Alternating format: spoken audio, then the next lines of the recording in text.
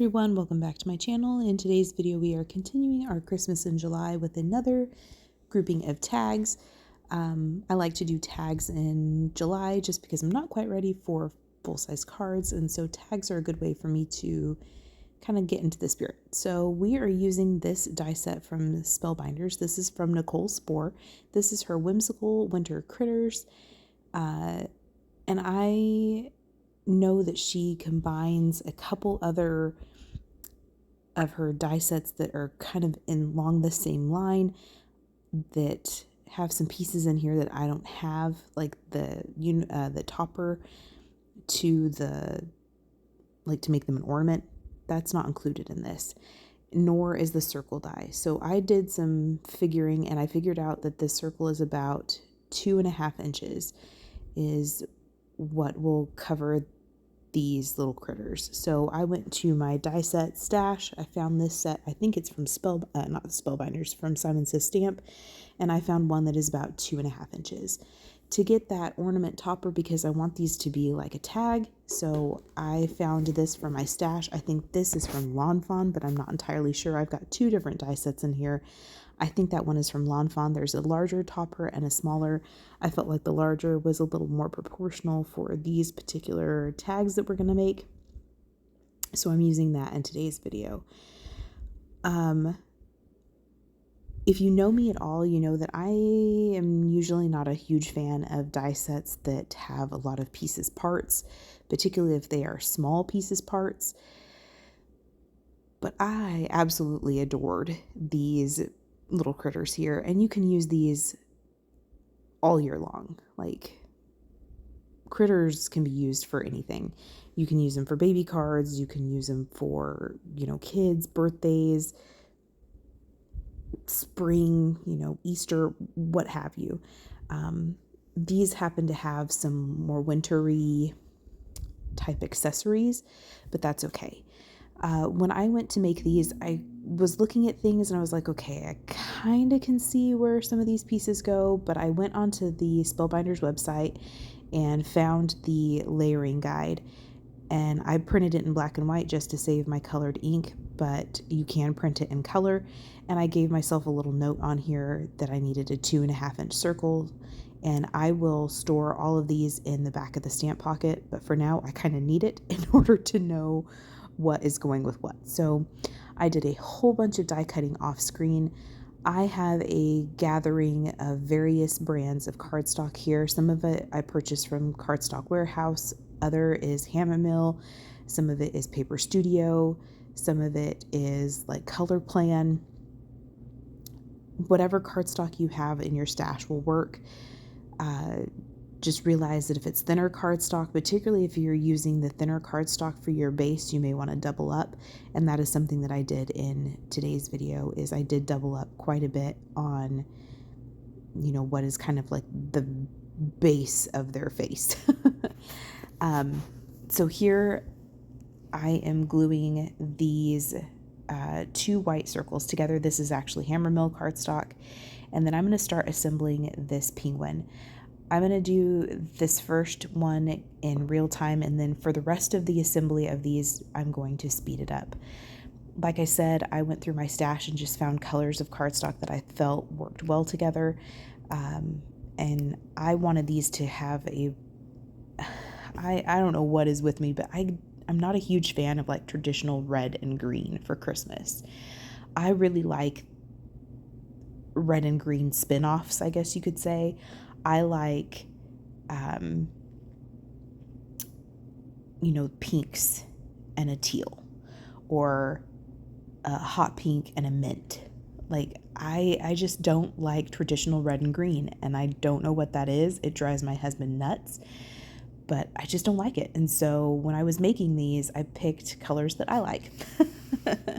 In future videos, in the rest of the series, I will go with a couple more. I will make some that are more traditional, but for these, I wanted them to be these colors. So for this little scarf, I think you're actually supposed to trim off one of those like upper sections or one of the bottom ones. I didn't do that. And when I went to assemble this, it looks a little funny, and I do have to do a little bit of fancy trimming, but it's not a big deal. This die set looks very intimidating for me, one that is not a huge fan of very intricate, teeny tiny dies, but that layering guide is super, super helpful. The most tedious part of these tags is all of the die cutting.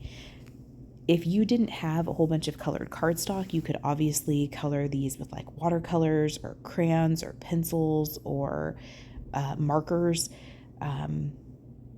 whatever color medium you enjoy and have, easy access to, by all means use that. I was trying to use some of my colored cardstock today. Here you see me trimming off that little part of the scarf. You could definitely color these and use your white cardstock. White cardstock is usually less expensive than colored cardstock anyway, so if you don't have a lot of colors or you don't want to use your colored cardstock, this is the way to go. Or coloring it, white cardstock is the way to go. I'm going to go ahead and speed this up because it is a lot of repetition, a lot of just assembly. Put a dot of glue, use my little jewel picker thing to apply the teeny tiny die cuts in place. I kept these all flat cardstock. If you wanted to, you could add shading with your markers or whatever color medium you enjoy. If you wanted to do, I didn't even add like glitter. I thought about adding, a clear glitter brush pen. I thought about adding glossy accents. I thought about adding a black glaze pen over the eyes, or giving some of these like eyelashes so they look like a girl. There are lots of ways that you can jazz these up and make them your own, really cater them to whoever it is that you are giving them to. So here's a close-up of our little penguin here. And one of the things that I did on the rest of them that I forgot to do on the penguin is I waited until I had the tag topper on there and all of the elements glued, because some of the elements get glued to the back of the critter here, and so you can actually see kind of where the cardstock overlaps on one another. And what I do on subsequent tags, is I add the white backer last. That way it just gives it a little bit more of a clean look on the back. Is it the end of the world? No. Is it super distracting? No. So if you forget to do that like I did on that penguin, that's fine. But it's just one thing to kind of help give it a more finished and polished look. This is the little bear. I was going to give him a little bow, but then I realized that his tag topper is going to go there, and I thought that would just be too busy, and things would get kind of lost. So I decided to make it a boy bear and give him a little bow tie. Here I did choose this brown cardstock is actually like 110 pounds, 100 pounds. So it's not a lightweight, but I did, just for stability, just because it is going to go on a tag or on a gift, I did decide to kind of double up each of these tag toppers just to make them a little more sturdy. Here we are putting together, I wanted to make a gray fox, not a red fox. And so I just chose a light gray and a dark gray and am gluing that to this light gray circle here. And it's at this point in just a minute that I'm looking at this little guy and I'm like, you could totally be a sloth. I think once I get the nose and when at this point I'm looking at him, when I get his nose and his nose on, I'm looking at him and I'm like, you look like a sloth. Doesn't it look like a sloth right there?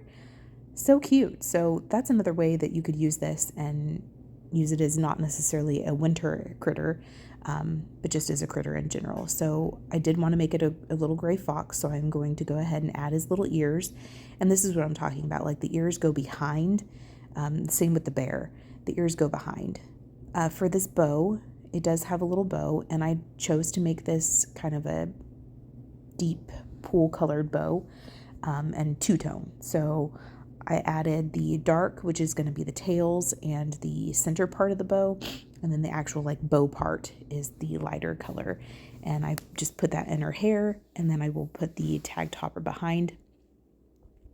One of the things that I found is it was kind of easier for me to apply the glue and then set the tag on top of it instead of bringing the tag topper to the tag.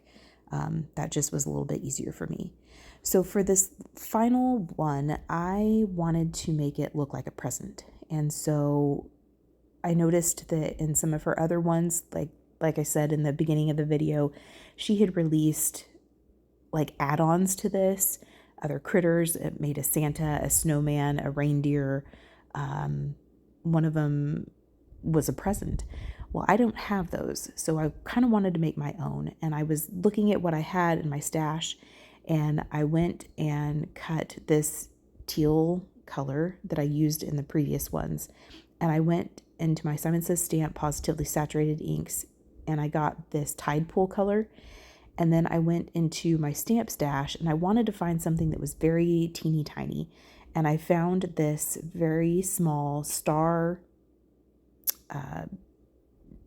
border in a Hero Arts. No, I think this is Simon Says Stamp. I'll list it below. I've had this for a very, very, very long time. And I just stamped this across the tag, and then I'm going to have that be like the pattern on wrapping paper. I went into my stash, and that same pink that I used for the inside of the bear's ears, I used to essentially cut ribbons.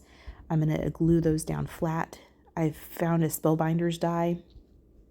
I don't know where it's from, but I know it's a Spellbinders like sentiment banner die. And I cut that out from that pink cardstock. I cut it out twice, and I'm going to glue these down flat, kind of off center of this circle, just so that it looks like a package. You could have centered it, you could have put it on the other side, it doesn't matter. But I'm going to glue the pink ribbon to the center of it and glue each individual piece. And as this is a thicker cardstock, so as I add each individual piece, it kind of gives itself a little bit of a shadow and gives it a little more interest. And I really like how that turned out. That was just a new way to kind of use what I had in my stash and make something that wasn't necessarily a critter with this particular tag set. And I was pleased with how that turned out. If you didn't trust yourself with scissors or didn't want to fool with scissors, you could take that same circle die and just line that back up, and you could have that same kind of beveled edge that a die gives you all around the edges of this tag here. I just chose to grab my little fine point scissors and just trim around the edges of those. I wanted these to have a to and a from on the back, so I went into my stash, and this is a Hero Arts stamp set that I've had for a very long time. Also, it's very well loved, very well used, and I grabbed the to and the from that's in there, and I'm stamping that on the back of each of these tags using some VERSAFINE Onyx Black ink, and then these tags will be complete.